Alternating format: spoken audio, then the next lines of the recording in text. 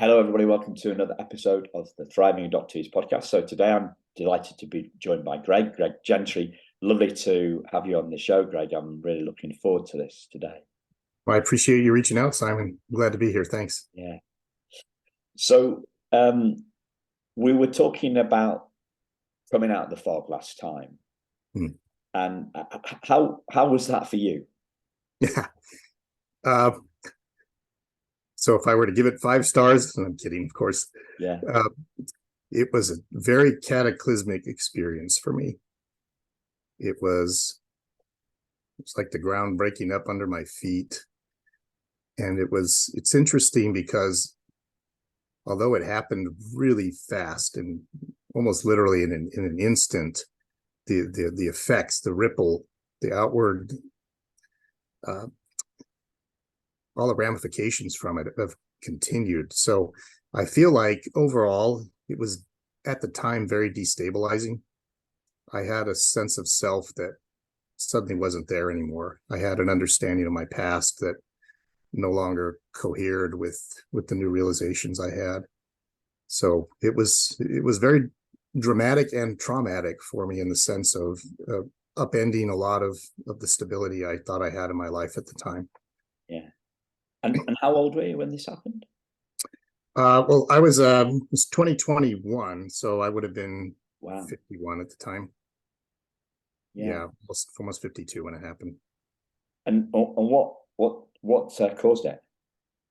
Well, so I'd entered the adoptee community online in July of 2021 during the pandemic, and I had thought to look for adoptee groups. And I'm not even sure right now why I did that, but something told me to look that up. I joined a couple groups, and within one of these groups, I was reading conversations about people coming out of the fog and wondering about it and trying to make sense of what it was and not quite relating to it, but feeling some kind of inkling of, okay, I think I might know what this is, but I'm not sure I've gone through this. In the late part of July, I was scrolling through these posts on an adoptee site or in a Facebook group and saw somebody had posted something, and there was the picture, of the people that post. I clicked on the profile picture and stared at it and thought, I'm not understanding why I'm having this response to seeing a picture of somebody that I don't know. I had no idea who it was. And then my mind started racing around, and I went to a photo album I had that my birth mother had given me during our reunion. We were still in reunion at the time. And I started leafing through it, and I found a picture of her in 1968, the year before I was born, so the year I was conceived, when she was very young. And something about the sweep of the hair and the smile on her face and the shape of her face looked almost exactly like the person whose profile I was looking at. And suddenly these things merged in my mind, that the fact that picture of my birth mother that I had seen many times but not paid particular attention to suddenly jumped out at me as a sign of everything that I had lost in my life, everything in my past that I didn't have, of the siblings I never grew up with, of the family connections I didn't have, of my heritage I didn't know. It suddenly was just all coming out of me in a big upheaval of emotion. And I just kept saying to myself, I lost everything. I lost everything. And I was standing there in the bathroom. I locked myself in the bathroom of our house. I was shaking. I was crying. It was a full emotional breakdown. And it really was occasioned by this sudden being yanked out of the fog. I realized that's what had happened. I still didn't know that right away, but I knew by the next day I was really shaken. I talked to a friend who was in town from San Diego that I'd grown up with, and I said, I want to try to explain to you something that happened. I don't really know what it is, but I just want to share something really deep that happened. So the first person I actually told about this wasn't even another adoptee. It was one of my childhood friends. And somewhere I still have the text message I sent him. And I go back every now and then and reread it and see how clear a statement it was, really, of coming out of the fog without yet knowing that was the experience that I'd had. Yeah.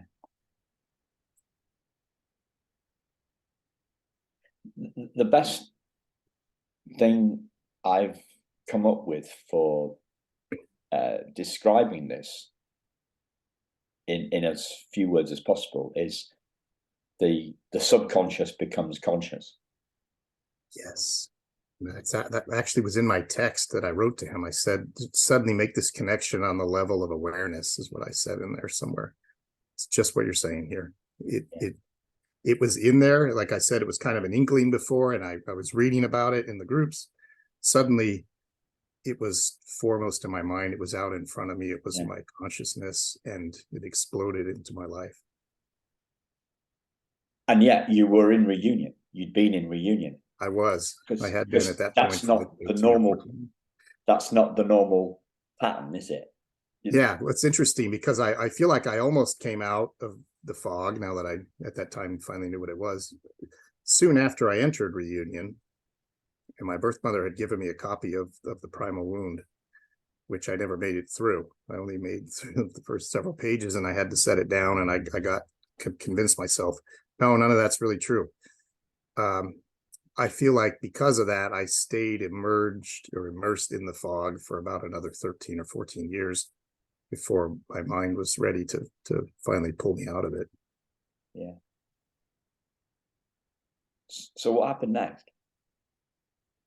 Well, I had emerged into the adoptee communities online. I made some really strong connections with some people that were helping me understand it. Probably one of the most important ones was my friend Emily Alber, who was also coming out of the fog.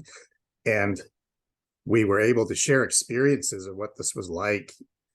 And it was like bouncing ideas off and concepts off, figuring out language, understanding what was happening for each one of us. And what I've come to see also through subsequent conversations with Emily is what came after the fog was more fog. It was just a different kind of fog, because there definitely was a point of transition out of the fog, so to say.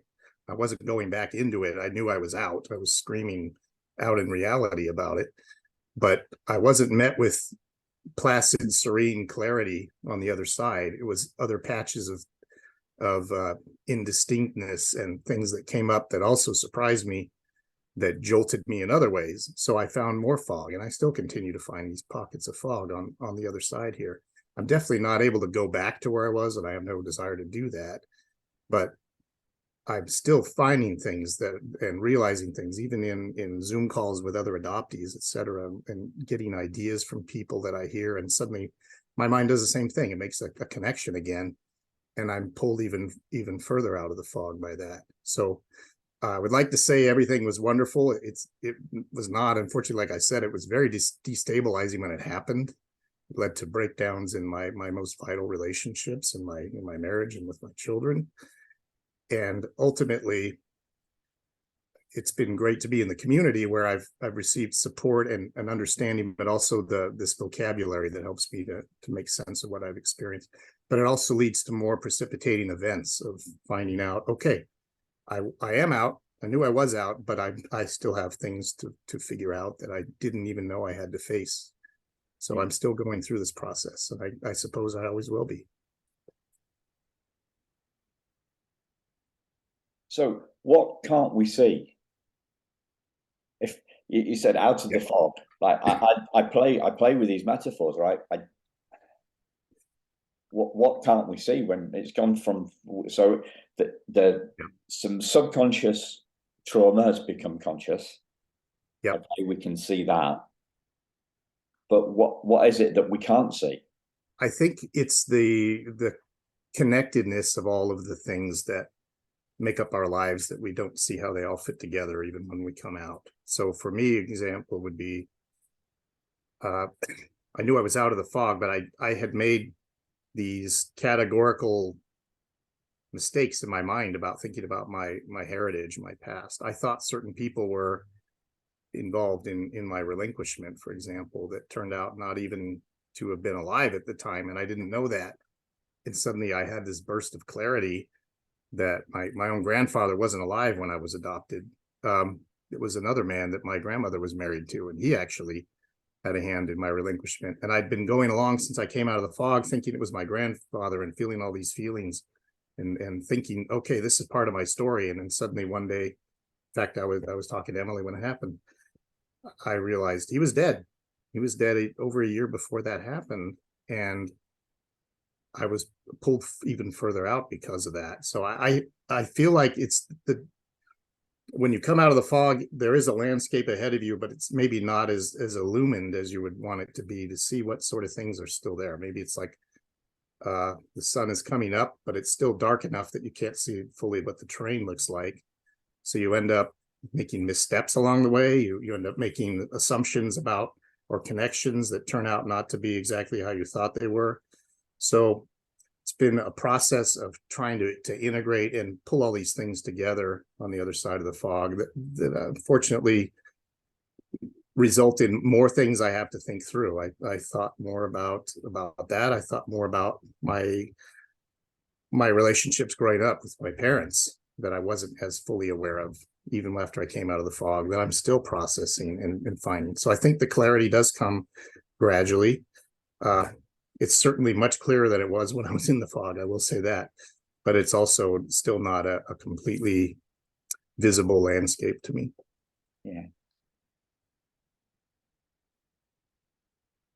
So we're seeing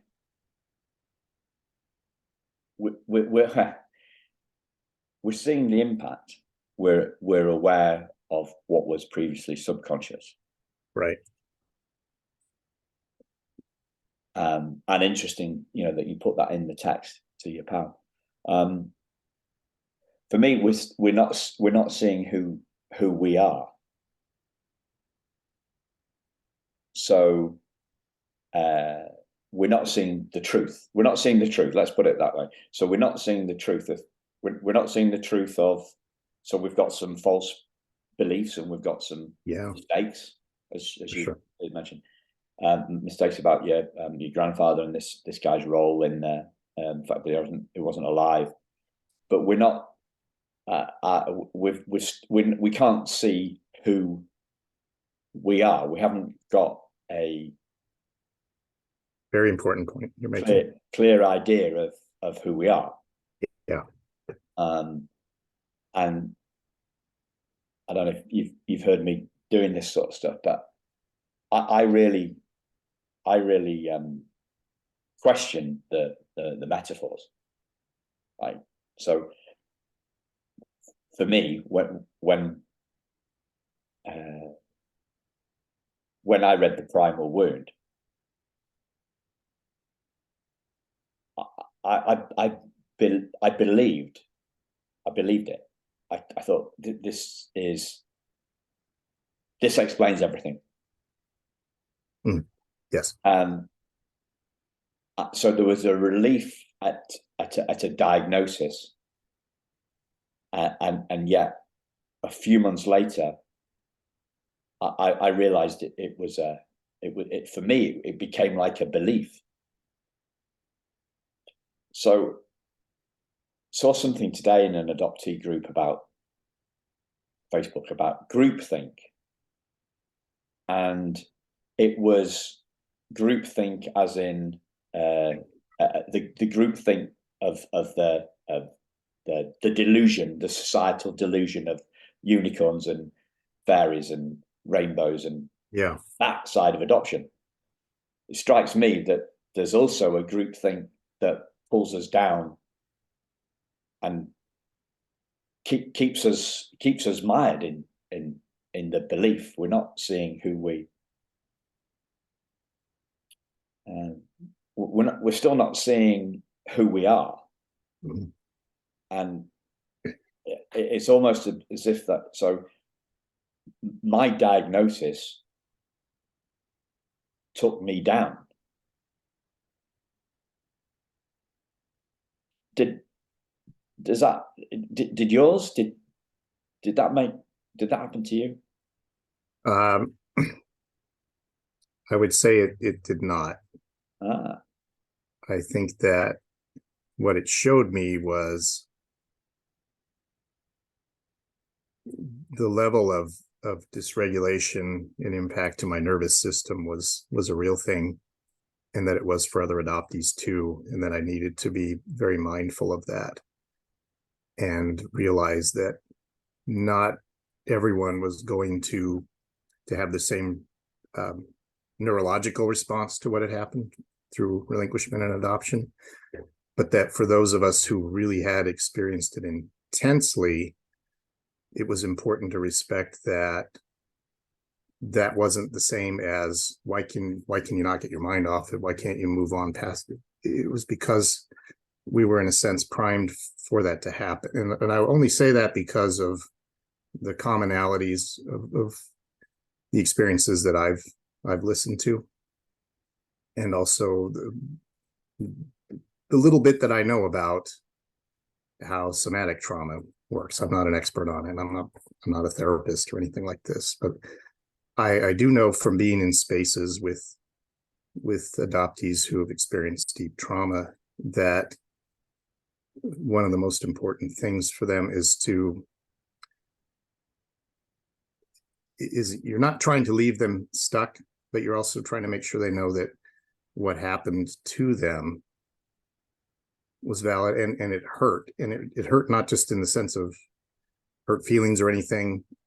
It leaves people in a state where it's going to be more difficult to navigate some things, and we have to be as respectful of it as we can.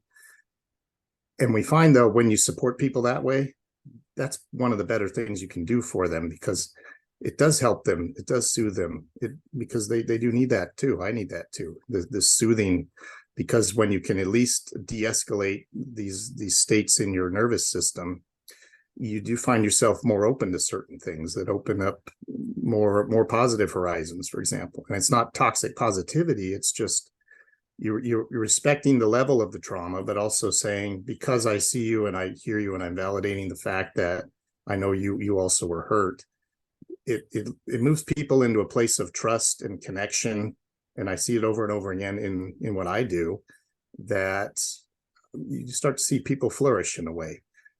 And sometimes they're surprised by that, because they have experienced so much in the trauma and they felt like, I don't feel like I belong anywhere. I don't feel like I can talk to anybody. And suddenly they find they're being heard and seen. And that becomes in a way its own type of healing. I want to put quotes on that, because or a balm or a salve, it's something that allows people to have a moment of transcending out of that and seeing maybe a horizon that's broader than they knew was there before.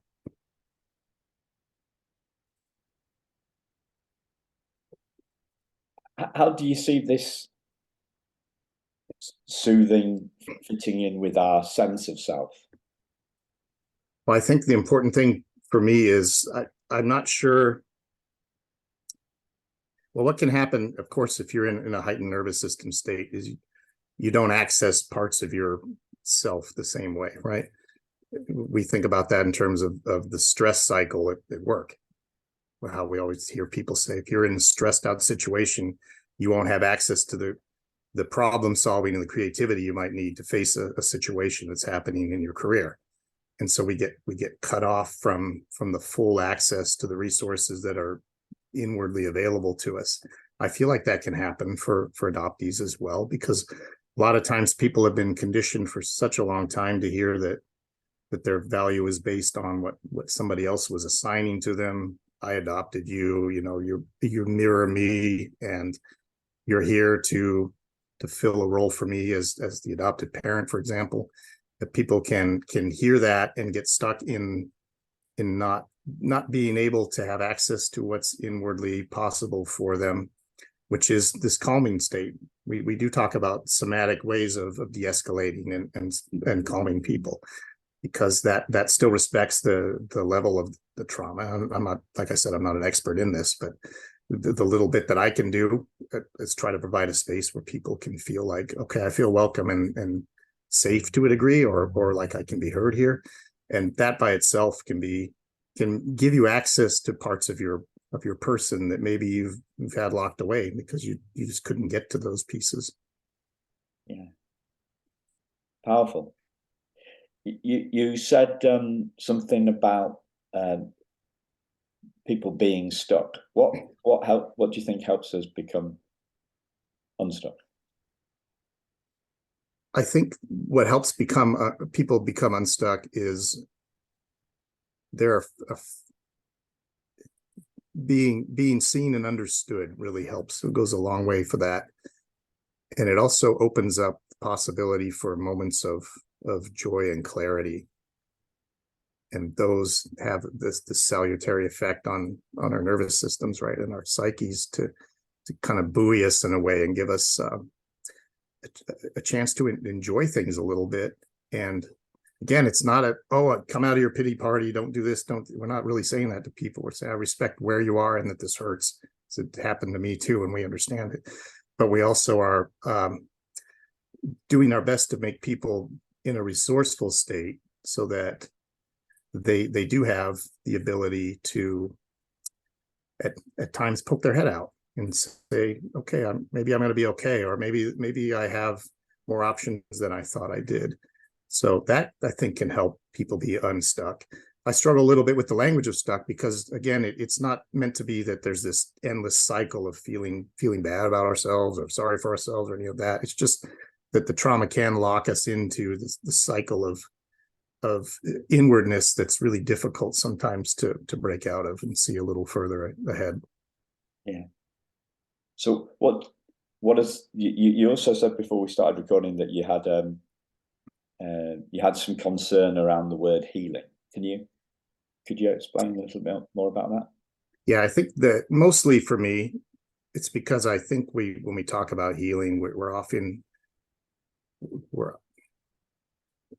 thinking about the popular understanding of healing of like a broken bone or something, or skin growing back over a burn.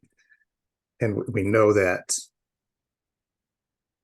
if we consider something like an origin wound, something that happened before the personality was shaped of somebody, then when we talk about healing, there's not a state that we're going back to in that sense, because that part didn't exist. So it's difficult to apply the language consistently there in terms of how we use it analogously when we talk about medical conditions or wounds, when the body might have a chance to return to a condition that it was in before, if it's given the right nourishment and conditions.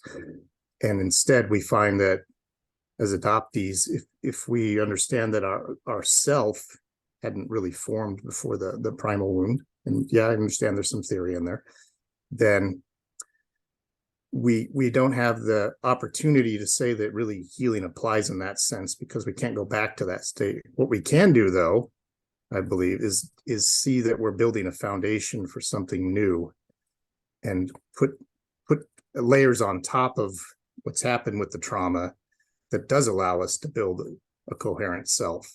So in that sense, we can learn, let's say, coping strategies for de-escalating the dysregulation, for example, like we talked about, somatic things, therapeutic things, support things. But those serve to put us in a state where we can be more receptive to the more creative parts of ourselves, and also see that we have work ahead to build a foundation and to lay that new person on top of that. And that's, I think, what it means for me, rather than healing the way I think it just popularly and understandably goes into our minds, is, like I said, often around things like bones. The bone is broken or the skin hasn't healed. But that presupposes there was a time when those things weren't the case. When we didn't have the person in place before that, the personality, we can't really go back to that. So I think that healing doesn't fit as well there, but I do think coping works well. Strategies for successful adaptation to what's going on with your nervous system. I practice things like that too. I had to learn those things too, about when I'm triggered. I don't say want to be triggered, but when it happens to me, I'm learning to open up a space for not just being reactive right away. I'm learning to take time to, okay, I know I feel activated. Let's see if I can pull back a little bit before I do something impulsive or automatic, and see if instead I might have a more a more positive or a better beneficial type of behavior I can do here, or a belief I can put in place here, rather than being purely of the effect of what the trigger did to me. So in that sense, I do think that's possible for many people, right? To be able to do that, to learn to navigate those things better. It just, I'm not sure it fits typically with what we understand about healing. But it could be the case, and as it is with everybody in their use of language, people might have that in mind when they are using this word healing. And it's just could be peculiar to me that I think in terms of this medical model, and really I'm talking about coping, and maybe you yourself are talking about the same sort of thing. Yeah. We've got a completely different take on the whole thing. And I'm trying to,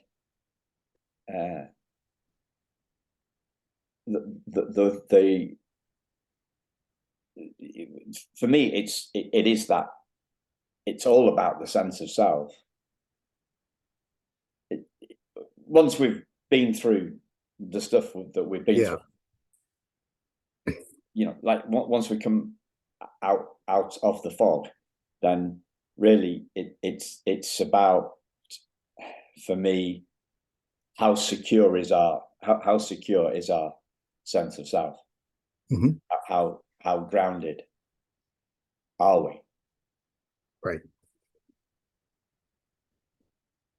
How, and in a sense, I believe that when I ask the question, what's wounded by the primal wound, and I believe that is our sense of self. Sure. So the truth is understanding who we are at the deepest level, before any of our psychology. I think that for me, that's addressed by, there is an intrinsic worth and value we each have as people, as beings, that should transcend that. I'm not sure if I'll get a little philosophical, as I can't help it. That's just that's part of my training. I'm not sure we have access to a transcendent self that exists apart from who we turned out to be in the world. And by that, what I mean is an idealized self. I feel like what we know is the embodied existence that we live in our lives. And I am a spiritual person, so I do believe in the transcendent reality, transcendent realm. I won't belabor that at this point, but I'm not sure it means that each person came from a transcendent realm, but it does mean that we carry the value of people who are, in a sense, unique creations and persons of intrinsic worth, and that is something I wish could have foremost in our minds when we are talking about ourselves. So I love this way. This is the way that this is going. I'm going to ask you something about I'm going to explain something about the wealth, and then we'll go into the wealth and the self, right? So I put a post on social the other day, last week, I think. So I put the Thriving Adoptees logo, which is now this diamond. I've changed it from the text with the arrow going up for significant thriving.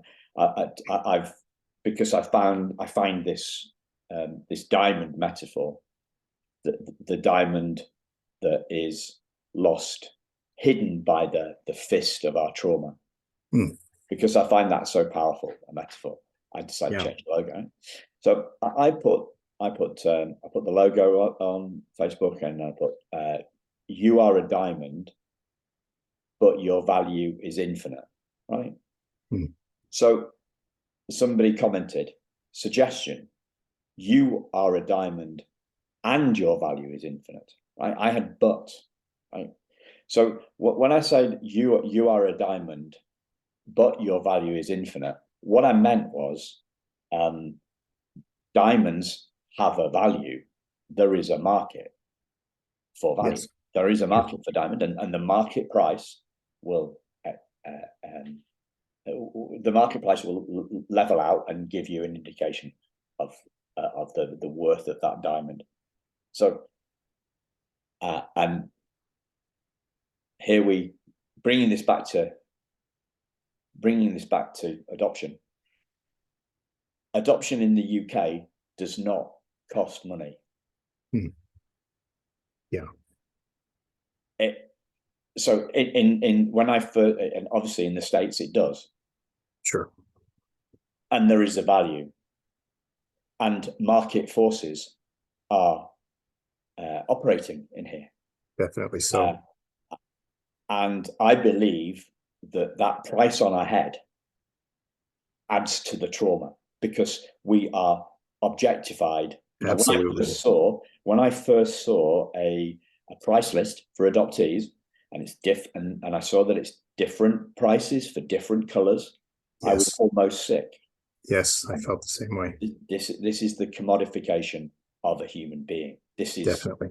We're into, and we're laying the system open for child trafficking, aren't we, with this stuff? Right. Whereas in the UK, I think it's in one sense,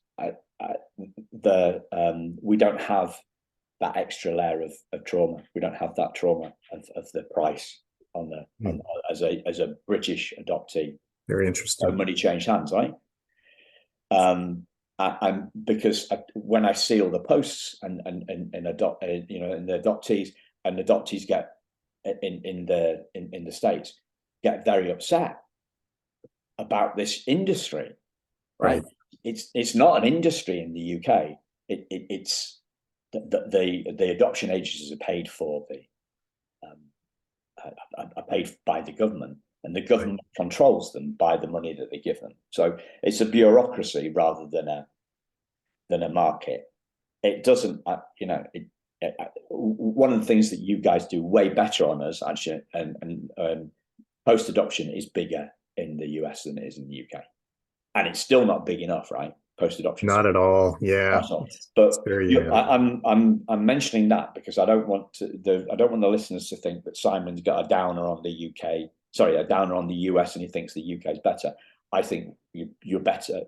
I think you're better at this than us but it's an industry anyway. So that I said, you are a diamond. We are all diamonds, but your value is infinite.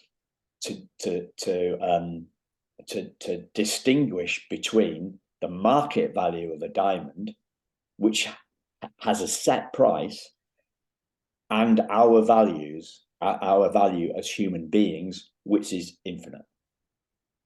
That's why I said but, right? Yeah. So disjunctive use of the language to do that, and it's way too subtle. It's taking me 10 minutes to explain it, so it's clearly too subtle for a Facebook post. I'm trying to get people I'm trying to get people thinking. I'm trying to.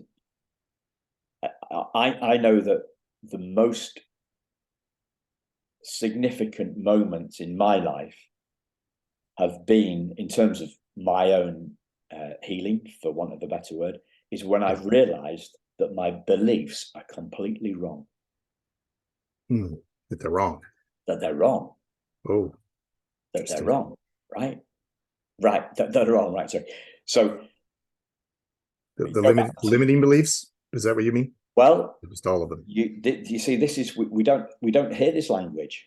We don't hear this language in adoptee land, but we hear this language all the time in the world of personal development. So let me make this try and make it really crystal clear, because I can be way too subtle for my own good, right? And it gets lost, right? So, age 40, the teddy bear from my birth mother was an effing consolation prize. Yeah. Okay.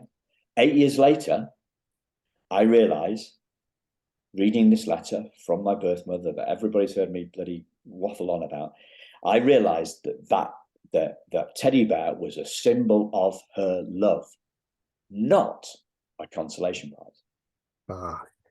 Right? Yes. Now I'm getting goosebumps at I can my see own. it. Yeah, Yeah. I'm holding my arm up. Not very good for a podcast, is it really? But I'm holding my arm up to the to the camera on the computer as we do this via Zoom. I was totally and utterly wrong. My belief was consolation prize. No, symbol of love.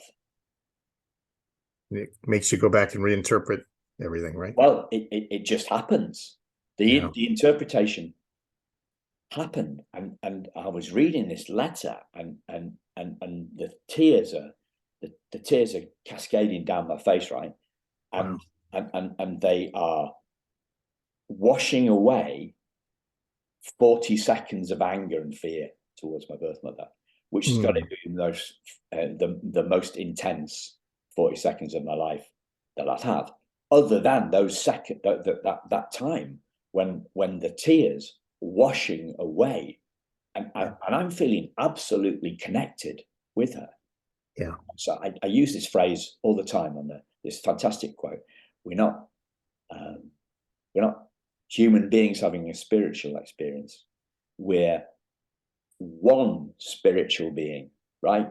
One spiritual being having 7.6 billion, whatever it is, human experiences, right? It's one. It's a sense of unity. I was connected with her. Yeah. And she was dead. Yeah. I felt connected for her. So love is a lack of separation between us. Love is a lack. It's a felt sense of oneness, and that's how I see who we are. That's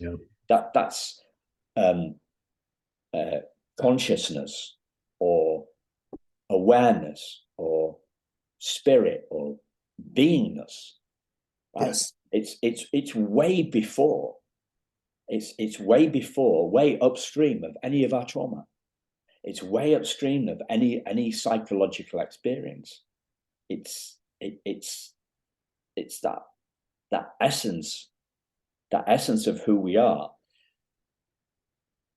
underneath the stories of our lives, underneath the beliefs that we have about ourselves, underneath the trauma, underneath the feelings of insecurity and anger that are the manifestations of that trauma, underneath the thoughts, I'm not good enough. Why was I adopted? Why wasn't I kept? Why? That essence, that awareness, it's like, so one of the ways I'm thinking about this at the moment is, right, when I ask these questions of myself, to myself, what's aware of the primal wound? What's aware? Well, whatever is aware of the primal wound, it's obviously me. For me, it's I am aware of the primal wound. What's aware of what's aware of your primal wound? Well, you are. So what you are is separated. Is separate. You are not. When I say this all the time, we are not our trauma. Right? It's making a distinction between the diamond, the essence of who we truly are, with the fist that kind of hides it. So when I say who are we? Yeah. I mean awareness, the I that is aware of the primal wound, the I that is conscious of the trauma. Yeah. I think for me, I think similarly of this, that there's a transcendent ground of being, which precedes or. So slow it down for me, because Sure. Oh, you didn't. Sorry, I didn't ask you. Was my I was throwing some language around, the vocabulary around there. So, because I'm not clear on your vocabulary, which we're going to explore. But I want you to Sure. I want to make sure that my jargon was kind of like. Oh yeah, it was very clear. Okay, cool. I hear a lot of Western philosophy in it, but I also I heard Pierre Teilhard de Chardin in there. Yeah. Okay, so let's go back to yours then. So I'd like to know what you mean. So you said transcendental. Yes. So a ground of being, which is kind of the language of the theologian Paul Tillich, Right. that the primacy of existence or reality that precedes our experience, let's say, and everything kind of comes back to it. So even before the self existed, there's the reality of existence that's independent of that. I think we won on this. Yeah, and then the person emerges into that world that pre-existed, but carries the value, the transcendent value of a unique created being. And I do use the word created here, and I'm not trying to be. I'm in a transition in my thinking about philosophy and theology right now. I'll be candid about that. That's my training. I was trained as a theologian. So I'm working, so my language will come out that way. Okay. But I'm working through a lot of things because I've come out of some of the traditions I grew up in. But it's making me more reflective on what to preserve from all the things that I learned and what I was trained in. And one of them is, I do believe in the groundedness of reality, and that it gives value to the individual beings who come into existence. And I want to say they have infinite worth as well. I wouldn't want to equate them with trauma, but I also know that as historical living beings, it's caught up into part of who we are, to where we don't really operate as independently of it as maybe we would hope we could. And sometimes I use the example of being left-handed, because everything I do is as a left-handed person. I don't really exist independently of being a left-handed person. It's always there, just as my primal wound is always there. It's always going to inform or determine parts of me, as much as I may not like that. I'm not really free to leave it off to the side, because it's an integrated part of my being. Doesn't mean it's all of me, and it doesn't mean it has to be the final limiting factor of what I become, but it does mean, just like my handedness, that I'm always going to be that way. So is the primacy of existence, is that woundable? I would say it's more. I understand the language of wounded. I think it can be, because when we talk about this movement into historical existence, then that can be accompanied by tragedy and brokenness and a distortion of a purely spiritual existence coming into physical reality. In that sense, I think the human condition can wound something. If you're asking whether that affects the ultimate worth of the person, no, but I also don't think there's a self of mine that's preserved entirely from the reality of it. So I do think, for me, I think it can be wounded, and I feel like I live the experience of that wounding. But there is a transcendent part of me that maintains that intrinsic value.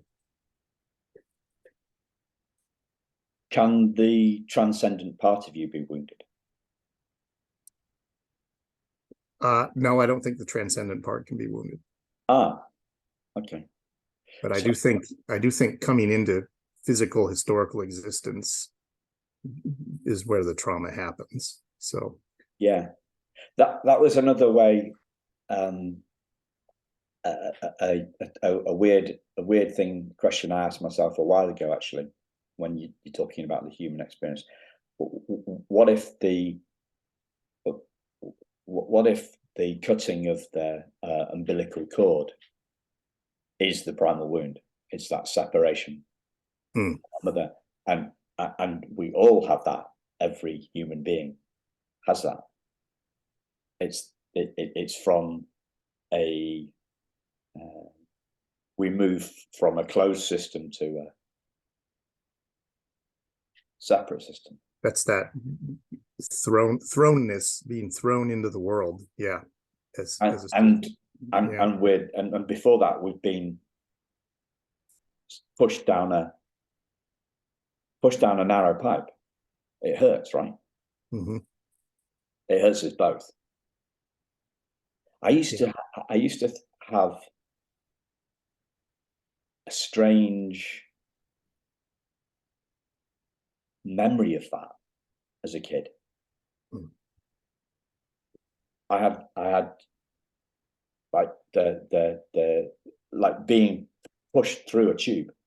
I used to kind of feel that.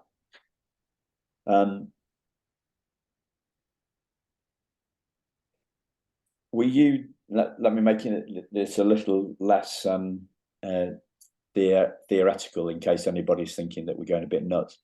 Are you separating our being? Are you separating our being from our personality? No. You're saying, oh, okay. No, I'm talking about the transcendent grounding of being human and the worth that carries. But I only know, and this is again this influence from Immanuel Kant, really.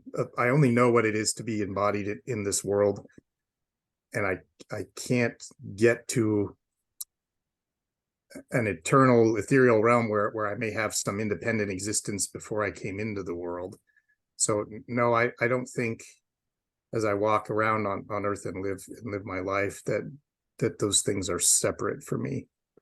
I understand why some people believe they are. I know people that have different belief systems than I have and think there are these pure eternal spirits that come into the world, for example.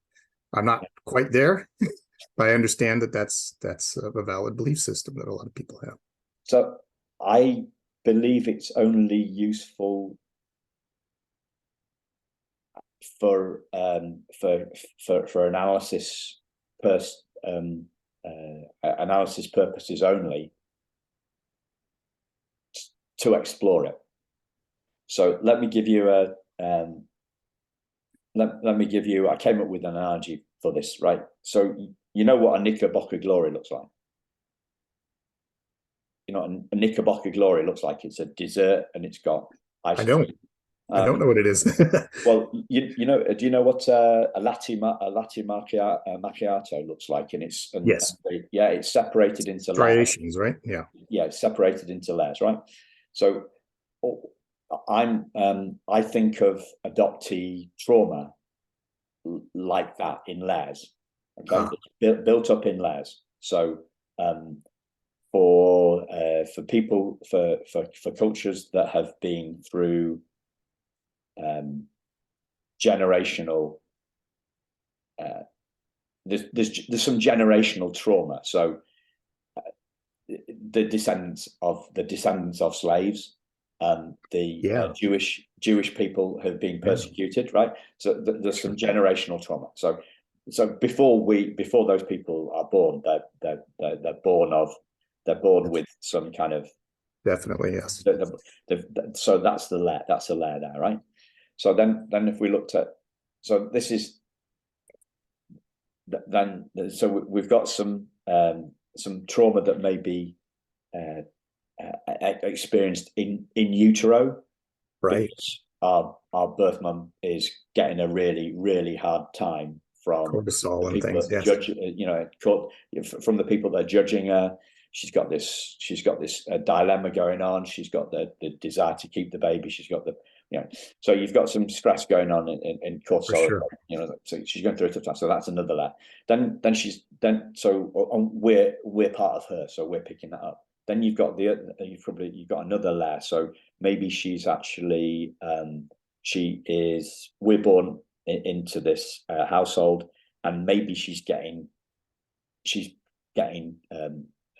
abused by our father, right? And then we are adopted out because they know that this stuff is going on. because there's this relinquishment, and then there's the trauma that goes on in the there's some trauma that goes on within the adoptive family.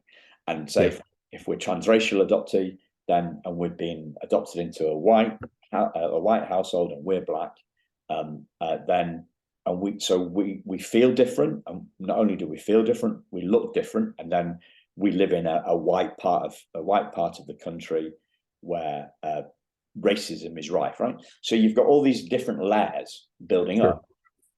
Yep. But the being, the person that has been through all that, you can't separate those layers of trauma out. Those trauma, the layers of trauma are only worthwhile as a way of identifying the difference. Yeah, that's really very compelling. Yes. So that's very similar to what I'm saying. Yeah. So when I say being and personality, so I'm separating being from personality. You can't separate my being from my personality, but my personality has changed, right? Yes. It has changed. So I am a little bit more secure in myself than I used to be. I was telling you before that I was at a bachelor party. We call them stag parties here. And it was just, I knew, I went into this pub. I was with the guy that I know, and at one point I thought, I don't know any of these faces. What's this going to be like? And then I felt some differences, some tensions going on between different people. I thought, well, am I going to be okay? So I think what you say, well, you're aware, my I don't know why I started talking about this, but yeah, so I could have got out of there, but and probably I would have done, right? So years ago, I would have got out there, but I didn't. So my personality has changed over time. So you can't separate me, who Simon then is, from his personality. But you can look at the layers of trauma, and you can look at also the fact that these guys that I was with at this bachelor party, they were. So I was brought up in a middle class family, like a white collar. These guys were blue collar, and as a kid, I got picked on by kids who thought I was posh. Like we got jumped, and I got beaten up by a gang of kids just because I didn't go to the local school. I went to a fee-paying school. They all went to so there's a certain amount of fear that I have going into those kind of environments, right? But you can't separate the being from the personality. My personality has changed. So I wasn't scared in that moment like I would have been scared in that moment, in the moment of seeing those kids 40 years ago in a youth club, which is where the stuff happened. We got picked on, we got beaten up in the youth club. Just tricky stuff. So we only do this. I only separate the layers out for the sake of differentiation. You are a left-handed person, but when I'm looking at being and personality, I'm seeing these like concentric circles. Yeah. So the being that we are is that what you call that transcendental. What did you call it? The primacy. The primacy of existence. The primacy of who we are. The essence of who we are, which I would use the word consciousness or awareness. So to make this simple, let's just go with the awareness, right? So the I awareness am aware of my trauma. So we could simplify that down into a three-word sentence. I am traumatized, right? I am traumatized. But I'm going to put a little bracket around the traumatized thing. I'm going to put my focus on the primacy of who I am, the primacy of my existence, to use your word, or awareness, to use my word. So I'm going to focus on the I am. I'm not going to focus on the traumatized. Yeah. Traumatized is something that's happened to me. I am not my trauma. I am traumatized, but the I am is actually. This is interesting, because I wrote something down about this just the other day. And what I wrote was, adoption will make Cartesians of us all. This sounds very Cartesian to me. Okay. Can you explain that? Because hopefully it will make the listeners understand, because I don't know what it means, but hopefully it'll explain. You'll explain my stuff better than I'm doing. Yeah, it's I probably can't do that, but no, what come I mean on, by that is it's a joint effort. There's a compartmentalization that can happen, which is a form of rationalism from the French philosopher René Descartes, which is, I think, therefore I am. I think, therefore I am. Cogito ergo sum. Yep. It's the same idea, that, or the object and the subject and the predicate, like you said. I am not traumatized, or I'm not the trauma. There are things that may describe me, but that they're not the full essence of who I am. There's a division that can happen. I think we all tend to do this, to separate it that way, just like you're saying there. And I don't mean to say it's a full philosophical stance, but it reminded me of exactly what I was thinking the other day, which is the rationalistic side of it. Because I don't want to be confused with my trauma either. I know it's always an inextricable part of me, but I know it's not the full expression of everything that I am. So I liked the strata, or the layers you were talking about. That made a lot of sense to me. Also, the fact that it's used to describe. It doesn't mean in practice that you can divide yourself out that way as a person, because you live as a historical instantiated being. But it does mean you're aware of things that went into it. And I'm right-handed, right? And you're right-handed. Yeah, so I know you can't help it.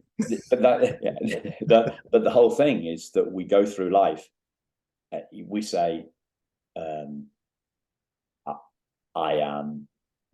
Yeah.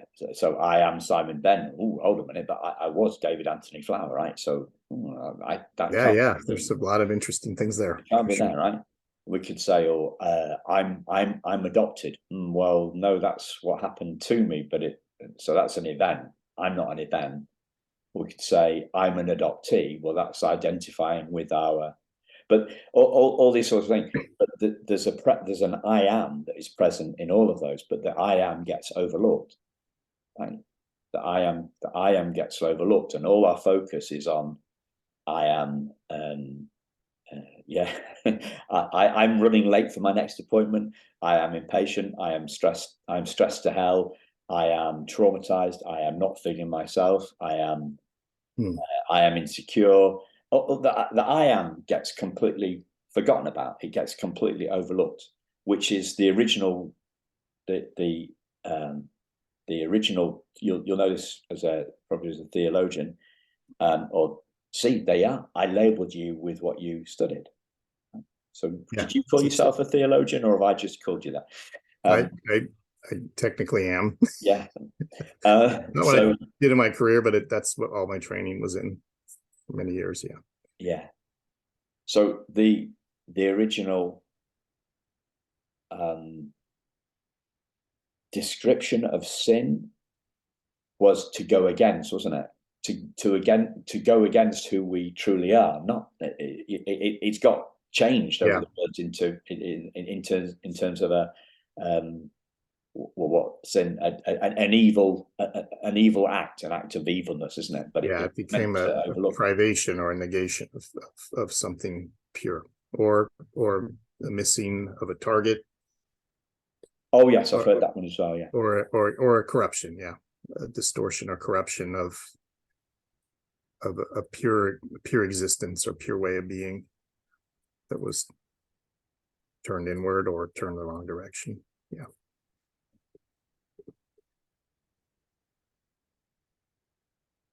So what does all this mean? I think for me, we're decoupling from our trauma.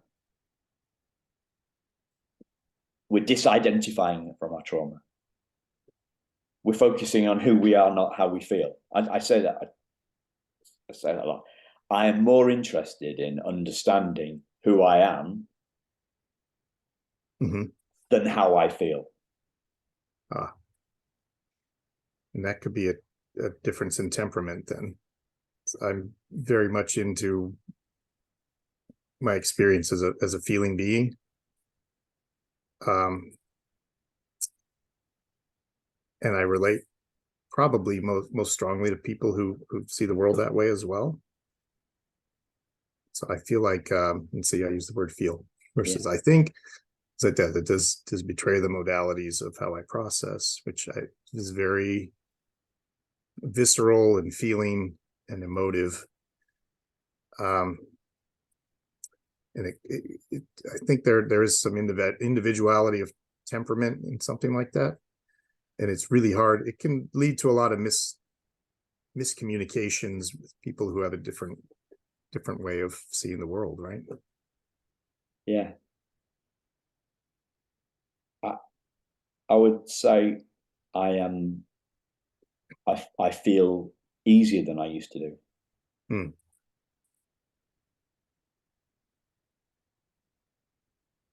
So I realized I used to be worried about being worried.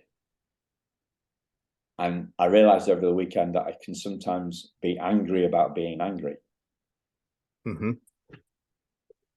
So in a way, I feel easier than I do. I feel I'm more in touch with my feelings than I was. I'm more free. Like we came up, who was I talking to the week? We talked about freedom with trauma rather than freedom from trauma. I think that's probably closer to the way I think. Freedom with. I don't know that I can operate, and I'm not saying you're saying that we can't operate independently of it, but I think anything that sounds that way to me, I immediately go, I'm never going to get there, and I don't know anybody who will. So I think of what can I do as a traumatized person? How can I best live out my existence versus how do I extract myself from the trauma as something pure off to this side and focus just on that? I just think the whole thing is coming along with me. So what's the best I can do with everything in tow? Yeah. So that's what the brain does, right? Yeah, it is. It's like you. I heard a fantastic interview with a guy who was very processy. He was how would you describe this guy? He was a performance coach. So he's a performance coach, and he was interviewing the South African, the first Black South African to lead South Africa to the Rugby World Cup. Oh, okay. Trophy, right? And I think they beat England in the final. So good on you, South Africa. This guy, that the sports psychologist said, how would you describe your leadership strategy? It's called Sia, this guy, Sia Khaleesi. And Khaleesi's in Game of Dragons, right? So, or Game of Thrones. So it's not that sort of Khaleesi. It's called Sia Khaleesi. And so the sports coach says, how would you describe your leadership strategy or something like that? And the guy said, the guy said, it's just who I am. Yeah. So he was talking about leadership and character, and the other guy was talking about strategies. Yeah. And the guy, the sports shrink guy, was he was taken aback for a split second, and then he went straight back into a artificial kind of left brain reductionism question. That the guy said he was trying to get Sia Khaleesi to, kind of like he's saying I am a whole person that operates this way, and then the guy interviewing him wants to know about a subset of it. That tell me how this part can be used successfully. He's saying, but it's all of me. How would I do that? It's just who I am. Yeah. So you can't hack it. You can't hack being me. You know, everybody's looking for the hacks. Right. Everybody's looking for the formulas for success. Yes. Yeah, the formula for success. Yeah, and that's why I find it interesting that we don't see that. We don't see that limiting beliefs. Those words, we don't see them in the adoptee community, do we? We don't. We don't. We don't see people talking about that at all. Whereas in personal development, where I've done a lot of my studying, then everything's about limiting beliefs and values and identity, and we don't talk about this. I don't know why that is. Yeah. Fantastic, Greg. So have you got anything you'd like to share before we bring this in? I want to say how much I appreciate this type of dialogue. This is good for me too. Obviously, we have different perspectives on some things, and I appreciate you giving me the chance to express what I have and to listen more intently to what you're sharing. And I felt like it was a really fruitful exchange, so I appreciate that. Yeah. And I genuinely was hoping you could explain my stuff better than I could, right? You know, when I said you went modest on me, right? I was. I'm looking for that. I'm always trying to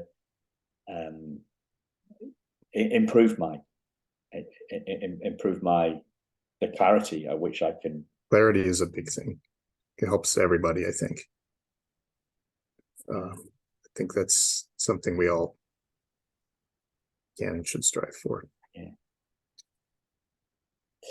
So, as always, listeners, I put links. You can check out Greg's.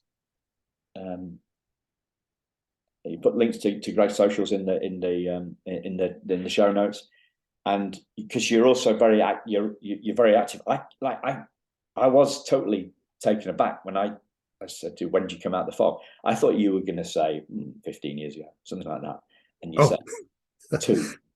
Yeah, a little less than 2. There's been an incredible progress since then.